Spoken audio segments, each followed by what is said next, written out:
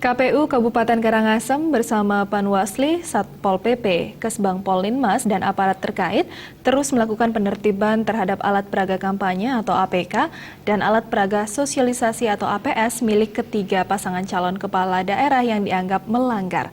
Pada operasinya, tim gabungan juga menurunkan secara paksa APK dan APS yang terpasang di lahan maupun areal pribadi masyarakat. Ditemui di Denpasar, Ketua KPU Kabupaten Karangasem Made Arnawa menyatakan, yang menjadi perhatian dari operasi penertiban terhadap alat peraga kampanye APK dan alat peraga sosialisasi APS milik ketiga pasangan calon kepala daerah bukan lagi yang terpasang di tempat umum atau area publik maupun lahan pribadi. Tetapi, tim gabungan secara tegas menindak seluruh alat peraga yang tidak sesuai aturan dan melanggar.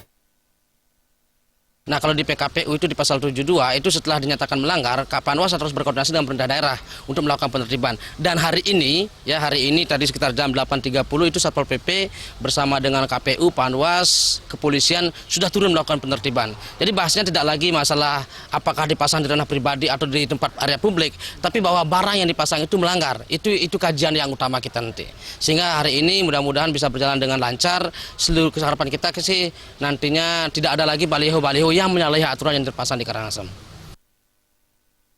Made Arnawa menegaskan, seluruh APK dan APS milik pasangan calon yang terpasang di lahan pribadi jelas-jelas melanggar aturan.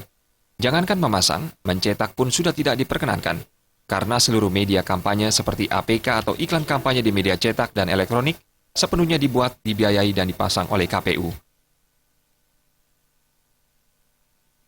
Alit Sidi dan Wayan Winata